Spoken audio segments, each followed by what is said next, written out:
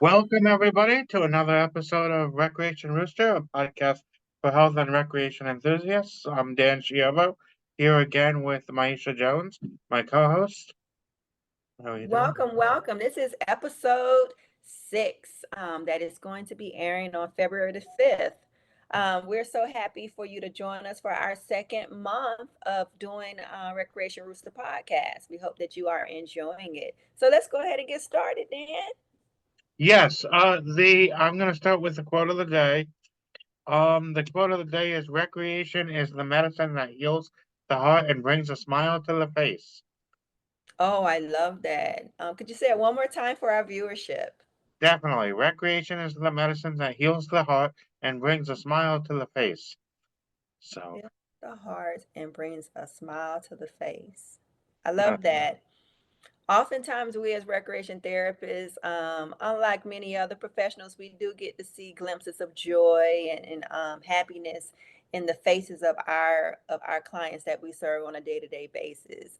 It definitely infuses extra energy and enthusiasm for me to do a great job as a recreation therapist. And just talking about, matters of the heart, be it connecting with family, exploring your own personal development and ambitions and curiosities you may have about life and about the world. Just healing past trauma, past self doubt is oftentimes many of the benefactors that our clients experience when they engage in the interventions that we provide as recreation therapists. Wouldn't you agree, Dan? Oh yeah, absolutely. I mean, of course, the beautiful thing. It's a beautiful thing now. If we have now scripts from doctors for stuff like healing the heart and joy and laughter and as actual medicine, and that is medicine. So yeah, that's pretty great. I think that is great. And just speaking on, how do we go about quantifying those very qualitative and subjective types of feelings and emotions that we have as human beings? Oftentimes I do use Likert scales and I use observable, measurable um, metrics and the objectives to show that we are indeed achieving these goals that doctors and different agencies now have and that also our clients have as well. We want to continue to use those non-invasive interventions to affect a positive change in people's life and in their well-being. Absolutely. And next up, guys, we have our segment, which is a new segment for February. It is the song of the day. And the first song that came to my mind for 2024 Recreation Rooster podcast was Three Little Birds by Bob Marley and the Wailers. Many people don't know that that is the original title of the song, but they do know it more fondly as Don't Worry About a Thing. Every little thing is going to be all right. And I love this song. I found that when I use it in programming, it really lifts the spirit and it gives a sense of gratitude and a sense of less worry for our clients as they navigate their path to recovery. So in many ways, I really do enjoy using music and music appreciation in our programming, oftentimes as an icebreaker and even lyric analysis as well. What's your thoughts on that song, Daniel? Yeah, absolutely. I mean, that's just a feel good song. Yeah, and everybody kind of it just feels better after it. And and you can even break it down and go deeper, but it's just a very good feel good song. So that's a good that's a good song of the day. And when we come across universal stars that everyone can connect with, it crosses socioeconomic, cultural, ethnic, national. It crosses all of those barriers. Many people know and love Bob Marley and the Wailers, and the message that this particular band pushed out to the world to affect change in a very I would say tumultuous time in our world when he was living, and even today as we grapple with the unknowns and the ambiguities of political and social change. Oftentimes, songs like this help to ignite a passion in us to connect and have a community that has improved life and well-being for everyone in the whole entire world. So when you think about the Three Little Birds, think about Bob Marley and the Wailers. Don't worry about a thing, because every little thing is going to be all right. Yes. Right. That's also one of the biggest errors in thought. We tend to blow things out of proportion. So, reminding that everything's gonna be all right. That's the thought pattern that people need to have more often. I totally agree. And moving on, our next segment is pushing forward. Pushing forward is a segment that we decided to bring on in Recreation Rooster podcast, where we talk about actionable plans to advance the profession. So first and foremost, there was two things we wanted to highlight, and particularly with it being Recreation Therapy Month. One, wearing your recreation therapy gear. This here is something that's very intentional, but definitely a passive form of advocacy for the profession. Almost every day at work, I wear something that says recreation therapy or has an image or some type of visual that promotes the profession.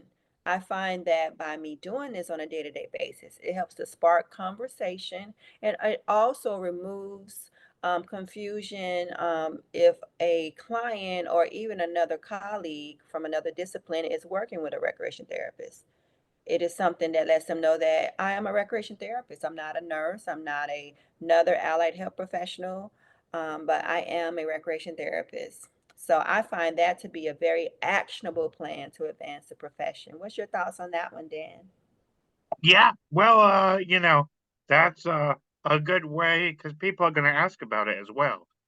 So I mean that's a good way to educate people about the profession.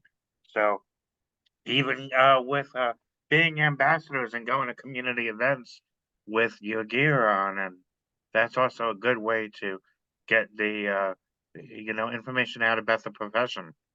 So Absolutely. And I mean, be it whether the recreation therapist has a more casual attire that they wear for work, or even a more business casual or business formal attire, being able to have a pendant that you wear on your lapel, a lanyard that you wear around your neck, a pen that you oftentimes carry, or a notebook that you oftentimes carry, even a hat, a regular t-shirt, a belt, some socks, some shoes, whatever you can do as far as wearing the aesthetics that promote the profession is always a good thing. And then the second actionable plan that I feel can advance the profession of TR is taking on those many opportunities to collaborate with other disciplines and co-treat.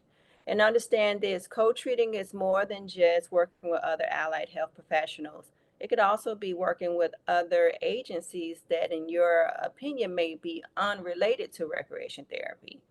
The demographics and the subject matter that we are expert in is universal in many many forms, because it is about human connection.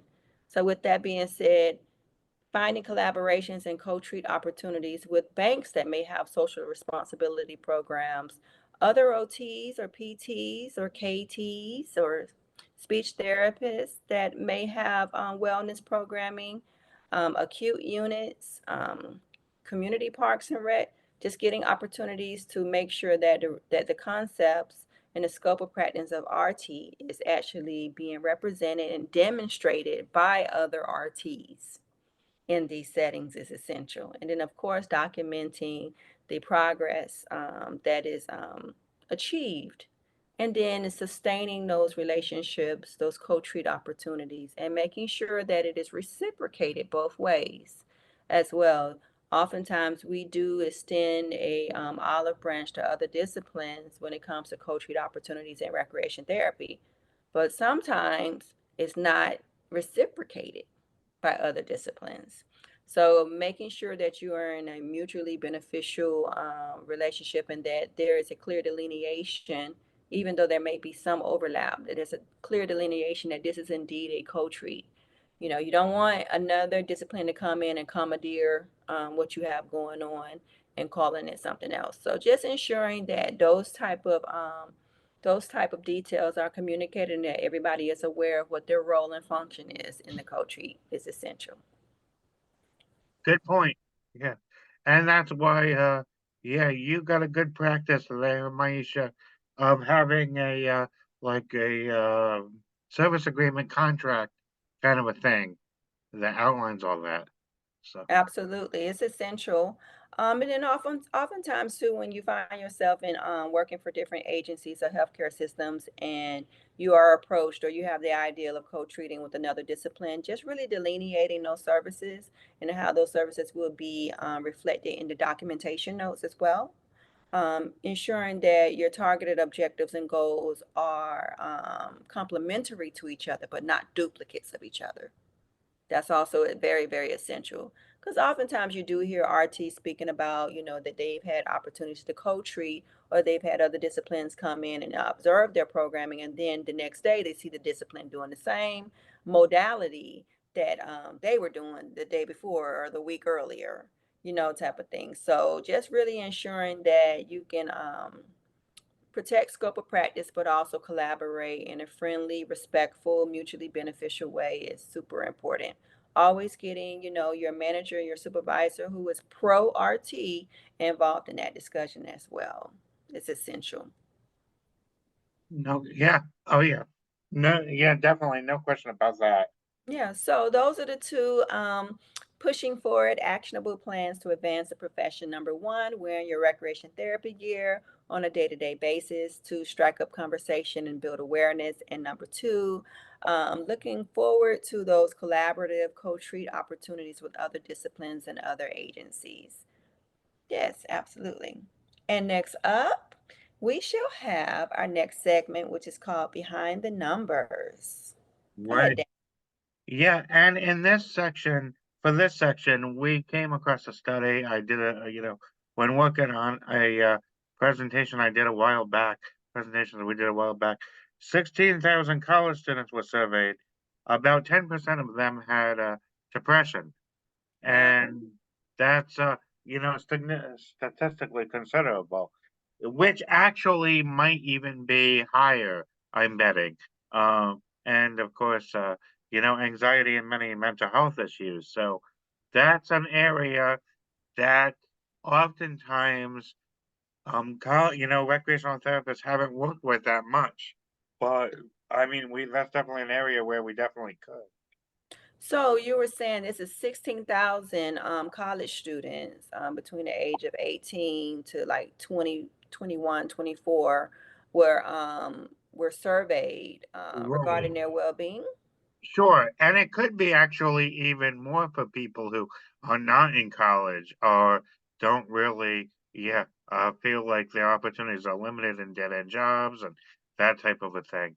So, this is of college students. I mean, for the general population, I would expect that to be even higher. So, this is definitely an age group that we really, I mean, unless the people are in a day program, mental health program, or something like that. These students who are kind of supporting students in continuing to function is not something that's done enough in RT, but definitely could be. And I definitely think that's another good area for private practice if you like working with that population. That's definitely an emerging market. And I think that this population, this college age youth population, which in many respects people call it transitional age youth population, they are definitely keen to exploring different ways of connecting, be it virtual or even in person. So it's definitely an emerging market for RTs. I know when I was a college student, I went to our health and wellness centers that they had on grounds for us as students, and I'd never seen any RTs there. If they were there, I could not discern that they were RTs in that setting. It's definitely something that we as a collective through our national organization should definitely lobby and push forward to create room and space for recreation therapy in these settings. It's apparent that this is ever greater a need. These stats that you mentioned, the 16,000 students that were surveyed, was this pre-pandemic or post-pandemic? It was pre-pandemic, yeah. Oh, so But, just that.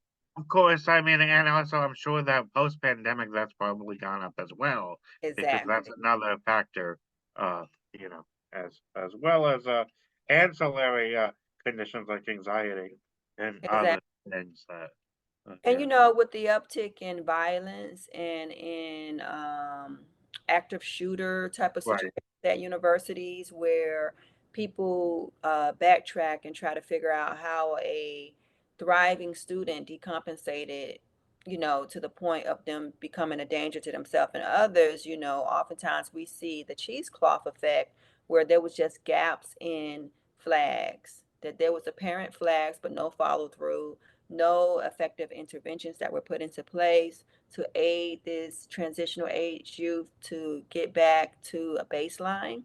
And so I do feel as though when it comes to mental health, it's social emotional health, and even academic performance for our college age youth, that recreation therapy should be considered. So yeah, thank you so much. I think this is great. Right, well, and we learn so much through social emotional learning and everything now, I mean, people have started to realize that even in some of the schools that they pushed that a little bit more so. So, just that that will definitely enhance academic performance if we're also available to students.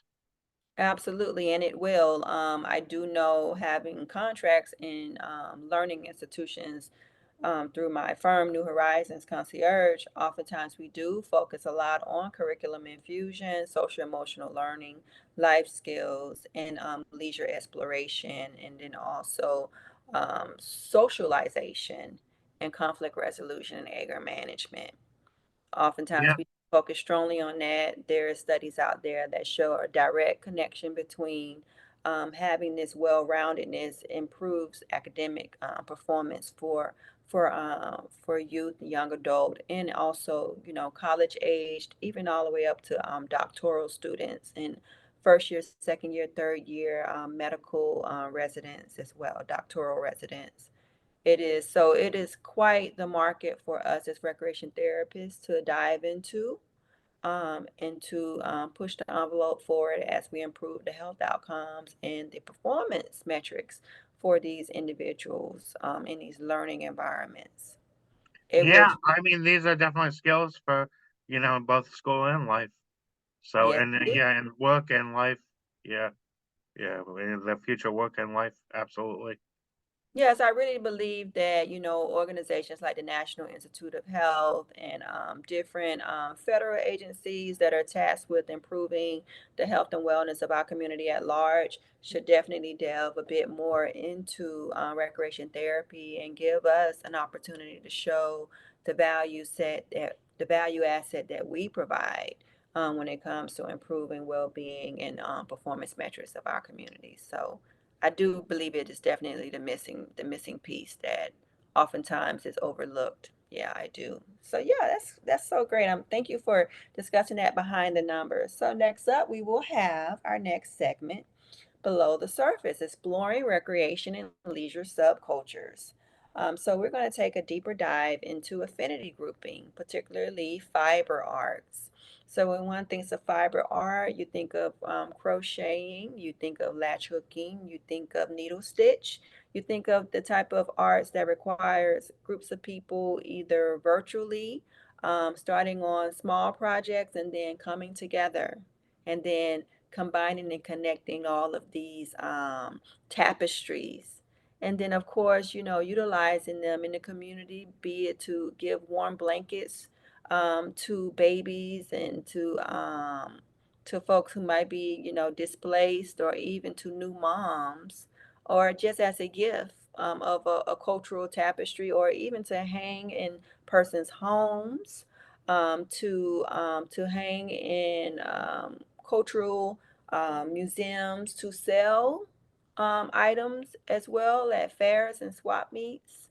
So it's many things that go into place with fiber arts. I find it to be very task oriented. It's also good for fine motor skills. It's also takes a great deal of cognitive, I would say, cognitive skill and also attention to detail. Gives great opportunities for ones to socialize and connect with others. Gives great self-efficacy, seeing something come to completion, knowing that it took multiple hands to make it happen.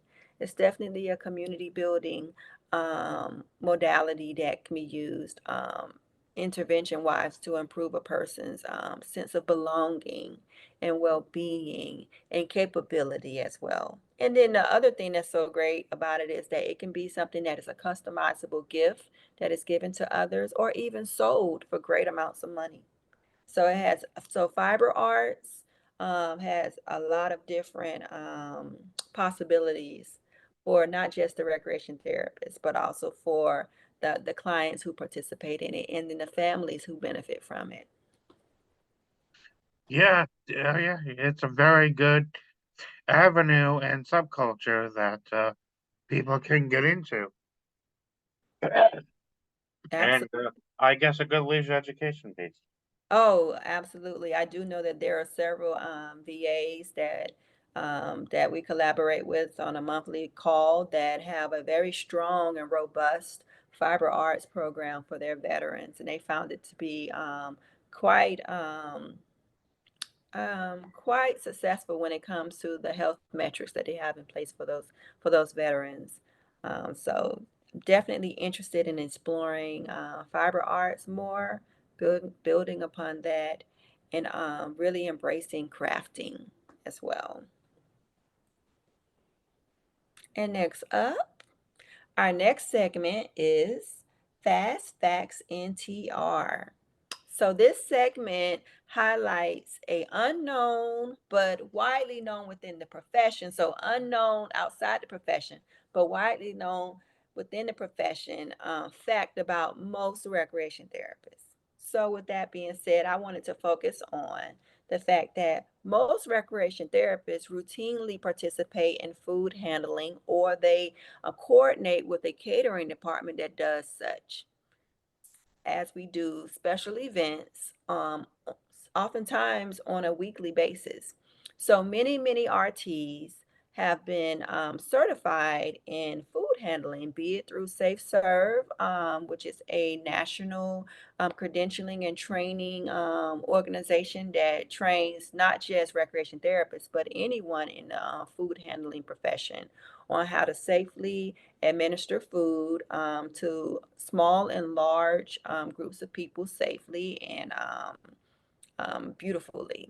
Okay, as well, because as we know, once you start dealing with food, especially hot food, then you have certain health concerns and safety precautions that must be put in place to ensure that it can be a wonderful and also a safe experience. We don't want anyone going home with the stomach bug because something is set out too long as well. So oftentimes recreation therapists have this safe serve credentialing or they have credentialing and training through their organization over the years. So utilize this as an asset that you can leverage to get more funding resources, opportunities to do different programming. I do know that a previous employer of mine felt that RTs should not do food handling, which I thought was amazing. But they felt that occupational therapy could do cold food handling with the clients. So I definitely advocated for OT and RT to have food handling programming, and I also demonstrated the great need for this to be a large component of life skills. As we know, people oftentimes eat 3 meals a day, sometimes even 2 to 3 snacks. So this here is fundamental when it comes to maintaining health and wellness for our individual clients, and for them to practice these skills so that when they go home, they can actually utilize these skills on a day-to-day basis. And this is indeed a function that recreation therapists have mastered. Yeah, it's an essential part of life. Yes, it is. Yeah. Mhm. Food is involved in pretty much everything. So for people to have those skills, that's essential. Right. So, you RTs out there that have these great food handling skills, and even if you've went and gotten your safe serve credentialing, or you haven't, and you've had training through your agency, definitely let people know that this is something that you have mastered that most allied health professionals have not. And that we use it on a day-to-day or even sometimes a weekly or monthly or quarterly basis with our clients in our programming. Yes. And next up, our next segment is Cornering the Market, Tips for Success in Private Oh Practice. yeah. And Mhm. as you guys know, both Dan and I are owners of our own private practices. It is exciting to be um, out on the open market, being competitive, sourcing leads, and designing products and services that help our communities be stronger, healthier, and happier. And then also, of course, reaping the benefit of it, getting paid for it, and getting the acknowledgments and the recognitions. Oftentimes, folks may jump the gun a little bit when it comes to setting up your private practice. Some people might jump too soon to set up an LLC or whatnot, but the first and foremost principle that I have found is really finding out who your market is and how do you tap that market. How do you get a lead? Because if you can't source, then you won't be able to get clients. So, with that being said, today on this particular segment of Corner in the Market, I wanted to talk about warm calling. So, as we know, we've all had telemarketers give us a call. They've gotten our name off of some email list or some other sold list through an advertisement agency that targets us and says, "Oh, this person likes this person likes that." Give them a call and see if they're interested. So, oftentimes I find, especially with anything regarding therapies, it's often not a good strategy to do cold calling at all. So the whole thing of getting lists and just calling people off of a list is not a good strategy for recreation therapy. However, what is a good strategy for recreation therapy is warm calling. So the way that I have utilized warm calling to be successful as a recreation therapy entrepreneur is that oftentimes what I will do is I will seek out not just direct to consumer, but also wellness and healthcare service delivery businesses that are seeking health and wellness programming. And then, so what I will do is I will go on to registered sites because these agencies must be permitted. I go on to registered sites and then I look up the owner or the administrator. And then what I do next is I do two things. I reach out to them through their secretary or their main office, and then I also by email and by phone, and then oftentimes what I will do, I will follow up with a postcard. It's three different ways. Of course, the latter is more expensive because that's printed materials. And oftentimes, what I also do, I am very strategic about what time of the day that I call. I always call first thing in the morning. Don't call after 12 because oftentimes owners and administrators are very busy after 12 o'clock. So I do first thing in the morning. And then also, what you should also consider is think about what other services this agency is already providing, and try your best to not duplicate services. So if they already have, perfect example, if you want to provide recreation therapy services for a teens addiction treatment facility, and you see that they already have a yoga instructor on site, then your best thing as recreation therapy is not to really focus on movement, any modalities that focuses on movement or mindfulness. Your role is to focus on all the other modalities that they're already not getting, but that they need. And then also having a strong focus on your clinical assessment, your wellness plans of care, your targeted goals and objectives, and your evidence-based practices, delineating yourself. Also be mindful that when you do these solicitations and you reach out, that if they do attempt to have you speak with level of care staff, then that's their way of saying no. You need to speak to the person that makes the fiscal decisions for the agency or for the business. Because if you go and you try to speak to level of care staff, they're not going to be able to have the influence, power, or authority to make the decisions that you need, and they cannot execute a contract. Okay. Also, another thing to always consider is in the warm calling is do not go and facilitate any programming without there being a signed contract.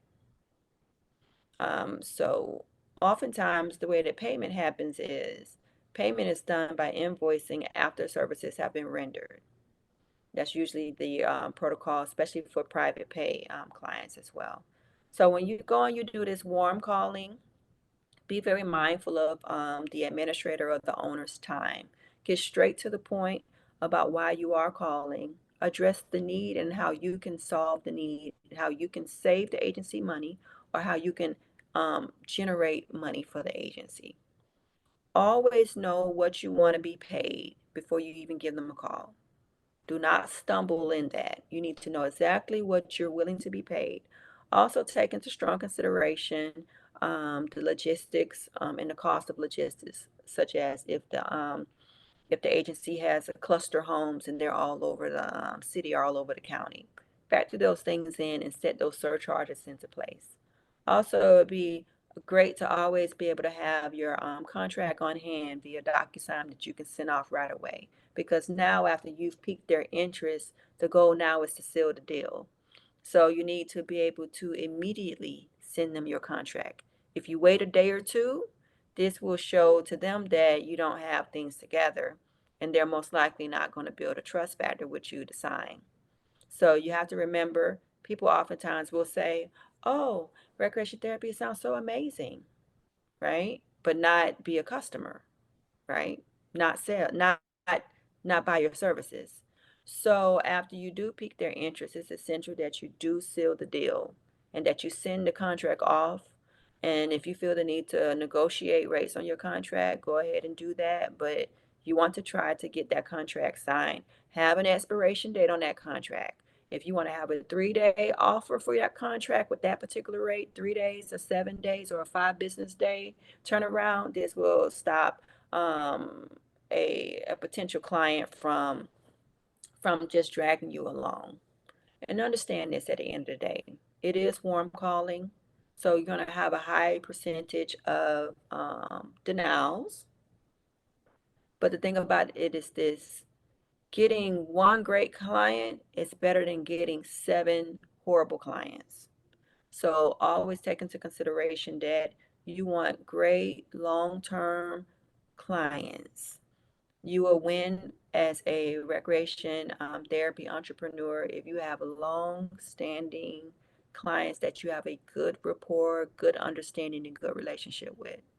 So with that being said, that is the corner in the market tip of the day on having strategies to build a successful private practice. So do not cold call, only warm call. Yes. And next up, well, no, let me ask. So, what are your thoughts on that, Dan? Yeah, I agree totally. It's really probably, you said it great. That's the best thing to do if going into private practice is doing that. And of course, maybe we could, what do you think? I mean, could we come up with examples of contracts for people? You want to post some of that, some ideas for contracts and how they're uh generated and that type of a thing? Yeah, we can definitely explore that more as well. Yeah, I do know that there's certain niche within recreation therapy profession that oftentimes will have the contract. Well, customizable contract is always the best, but yeah, there are some standard right, benchmarks within a contract that should right. always be in there. So yeah, we can definitely dive into that and discuss that more as well. Yeah, Definitely. exactly, yeah, because yeah, that could be a segment too. I mean, yeah, because you could always modify the contracts, and yeah, we could talk about what's in a contract, like you said, terms of service, all that.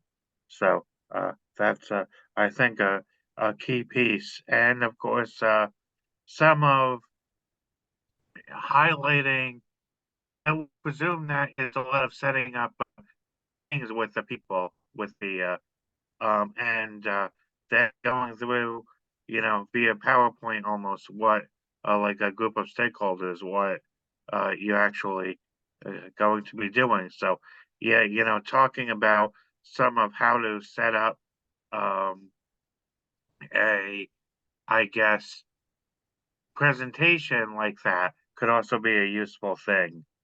Yes, yes, Well, especially during like, when you do get to the point of being able to meet and doing a proposal, that's an additional step. But the initial step always is the warm call, the hello, how are you doing? I'm Aisha, recreation therapist. I see that you have a need, and I've learned a lot about your organization. Many of the principles and mission of your organization is in alignment with my agency. We provide da da da da. We are da da da da.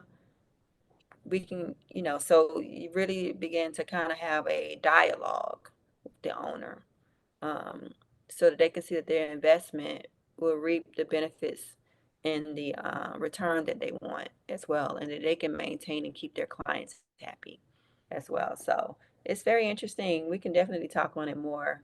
I've been fortunate to, have branched out in 2016 on my own after working for another staffing agency for a number of years, and it's been a great experience. There's been more no's than yeses, but I had the right yeses. And I myself have even declined opportunities to work with certain agencies because we were not in alignment. It wasn't the best fit as well. So it's a continuous process. And of course, sustaining relationships is always the goal, not just, making that one sale or getting that one contract, but having sustainable relationships is important. Having clients that you may potentially work with for the next 5, 10, 15, 20 years is the goal with sure, recreation private practices. Absolutely. sure. And I mean, of course, there's also I've also gotten like through people through things like Upwork and Freelancer that have people looking for wellness coaches and other things like that. So That's right. it's a little bit more accessible now than it once was. Yes, it's definitely more accessible, and I find that the public is more interested in working with with health and wellness practitioners such as ourselves. So jump on out there, RTs. Let's make it happen. Let's get in this space. This is our wheelhouse. This is the expertise that we have. So be bold, jump out there and provide great quality services and products to your clients. And next up, our next segment is TR Nuts and Bolts. And this segment here speaks on equipment, supplies, different facility, um, operational things that we utilize in TR that we find to be very beneficial. So, with that being said, I wanted to talk about sunshades and sun covers. As you guys know, many of our clients have heat and sun sensitivities, some due to chronic ailments they may have, others due to medications that they may be on. So, oftentimes, we have a myriad of different type of sun shade and sunshade apparatuses that are at our agencies. Some of us have overhangs that are made out of cloth, metal, aluminum. all type of different types of sunshades. And what I have found to be one that I really do like a lot over the last, I would say, 6 to 10 years is the cell shades that are shaped like they're made out of like a commercial grade vinyl. And what they do, they stretch them out to their top. They look like triangles. They look like the cells on a boat, and I find them to be very aesthetically pleasing. They're very durable, and they also do the job of creating shade for our clients when we're out, be it on our gymnasiums, outdoor gymnasiums, our basketball courts, our in different type of outside spaces that we may frequent when we do treatment. So I just wanted to really highlight sunshades or cell shades that are utilized for heat and sun precaution clients. Recreation Rooster Podcast won't necessarily endorse a particular brand at this time. However, if you did need to decide whether or not you wanted traditional overhangs or traditional um, coverings over your treatment spaces and sunshades, cell shades, I would recommend cell shades. Yeah, that's a big thing for a lot of the populations that we work with. I mean, older adults, those with mental health issues on different kinds of medicine. Sometimes the shades, I mean, the sun really bothers people, and really they're sensitive to excessive sun. So those are, it's good to have that kind of thing. And also to understand and getting these things installed at your agencies that you do need to put in proposals. You do need to get 3 bids customarily. And I would say really do lean in the direction of getting a more commercial grade sunshades. They are more durable. They last 10 or more years. They're guaranteed. Oftentimes, it may be anywhere from between 7 to 10,000 dollars to get them installed. I mean, to get them bought and installed. Oftentimes, it will also take putting in some type of stationary beams to attach them to as well. Is something that is a great investment. It's aesthetically pleasing, and it gets the job done as well. So definitely look into that. And I would encourage you to, when you go to your outdoor spaces and see they need to be spruced up or they need to be updated, definitely speak up and find out the process through procurement of getting that pushed through for the betterment of your clients and the programming that they're able to get access to while they're doing recreation therapy. So definitely look into that at all times. And we all know when our areas need to be spruced up. Okay. So that's a role that we as recreation therapists should take as well, is giving those equipment and plant ops, physical plant type of recommendations to improve treatment. Yes.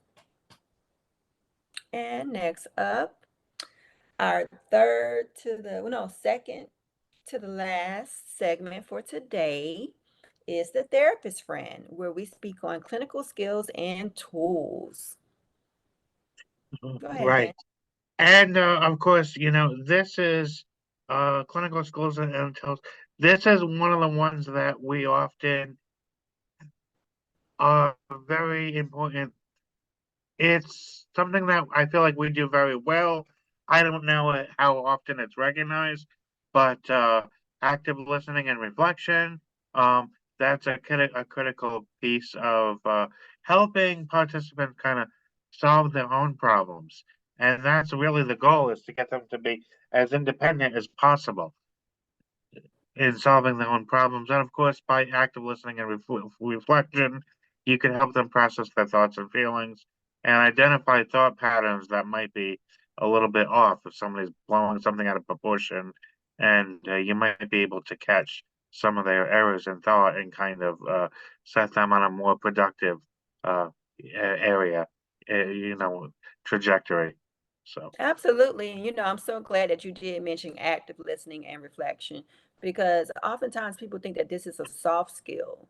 People think that this is a skill that everyone has, but it is not the case. This is a very intentional therapy intervention that is done across multiple disciplines that we as RTs have a very unique vantage point when it comes to um, utilizing these two skills because many of our engagement is active and project based and experiential. And because that is the case, we're able to tap in a bit more intimately with our clients when we activate these type of interventions, active listening and reflection. And then the beauty of it all is that it's oftentimes in a very non-judgmental environment, and it's also fun and stimulating. And as long as we create a safe, judge-free environment, we can really affect positive change in our clients' lives. I know that we as recreation therapists have always come across that one client that won't talk to any other discipline but us, or that has been holding something in that they didn't want to talk about in psychotherapy, but they felt comfortable telling the RT in programming. So oftentimes, this is one of our great superpowers, and it's definitely in our wheelhouse. So thank you, Dan. Thank you for mentioning this one. And sure, and of course included in this are things like clarification. You know, you might ask somebody to say that again because you're really trying to understand where they're coming from. And even I also use my hearing loss, saying I got bad ears.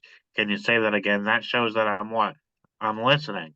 That I'm really listen, listening and trying to understand and hear what that they have to say. And of course, a more advanced skill is probing, always asking those open-ended questions for more right. information. Can you tell me about that? Um, Right, absolutely. This is a skill also too, like I had mentioned before, it's essential in the services that we provide, but it's also a skill that must be learned and continuously practiced by the RT. This is very intentional. This is beyond just average conversation, surface level conversation. And then also taking the knowledge and the information that is retrieved through these two interventions and relating that to the treatment plan and relating that into the documentation of notes is essential as well. Yeah, Sure, and people know if you're listening. I mean, through head gestures, nodding, eye contact, etc. So, just make sure that you're doing that as much as possible. And absolutely. yeah, So and also too, just taking into consideration, I do know that saying it and doing it sometimes can be very difficult, especially if you feel like you're overwhelmed and inundated with too much of a high caseload or too large of a group, right? So I will often say, that's why having programmatic structure is so important. Knowing the maximum benefit when regarding the number of clients that you're going to have in a group, capping it out when necessary, depending on what type of group it is, having those additional one-to-ones with clients, as well. So programmatic structure is super important in being able to achieve active listening and reflection effectively because it can make and break it if you have too large of a group. So always be mindful of that. without a And, doubt. mhm. And last but not least, this is our last segment for the day, and this is our Recreation Rooster stamp of approval. Go ahead, Dan. Right, and for this week, we're gonna do Nathan LaMaster. He is a the owner of SmartCEUs. And that's a good way to get some continuing education and program ideas and other things along those lines. So you definitely need to applaud him and his efforts. He's definitely been a leader in this space for quite some time. So Yes, he's quite a trailblazer, and he is a self-proclaimed serialpreneur, being the owner of Pill Puncher, which is also another product that he is selling to health and wellness agencies that make it easier for nurses and other healthcare professionals to administer um, shrink pack medications effectively and safely to clients in a shorter amount of time. Also too, Mr. LaMaster is definitely a trailblazer in the industry. I am so inspired and I admire all the great work that him and his team at SmartCEUs does for the collective of RTs around the globe. So we at Recreation Rooster Podcast will continue to promote and uplift Smart CEUs organization and all the great work they do for recreation therapists. So thank you, Mr. LaMaster. We appreciate you so much. Mhm. And with that being said, guys, we want you to continue to watch, view, subscribe, follow, like, and share Recreation Rooster Podcast as we continue on this path in 2024 of making it great. Yeah, you could even get some t-shirts as well. So, Yeah, so look us up. Look us up on all the major platforms, IG, Facebook, TikTok, and then also YouTube. You can find our playlist of all of our episodes. You can reach out to myself. I'm Aisha Jones, co-host of Recreation Rooster and owner of New Horizons Concierge Firm. You can reach out to me at Maisha at recreationrooster.org. And then you can also reach out to me by phone, 213-524-6925. yes, and with me, it's Daniel at recreationrooster.org, Daniel at recreationrooster.org, 845-987-0104, 845-987-0104, Leisure Dan Consulting Services. And of course, please feel free to check out our website, get t-shirts. Yeah, we're going to be getting them in bulk, so we could send them out much easier that way. Yes, yes. And so check out our website, www.recreationrooster.org. And you guys have a great day. Happy Recreation Therapy Month. Yeah. And we shall see you at the Danny Petrie Rec Therapy Today Winter Conference. We're looking forward to presenting at that conference on February the 17th. Bye bye. Bye-bye.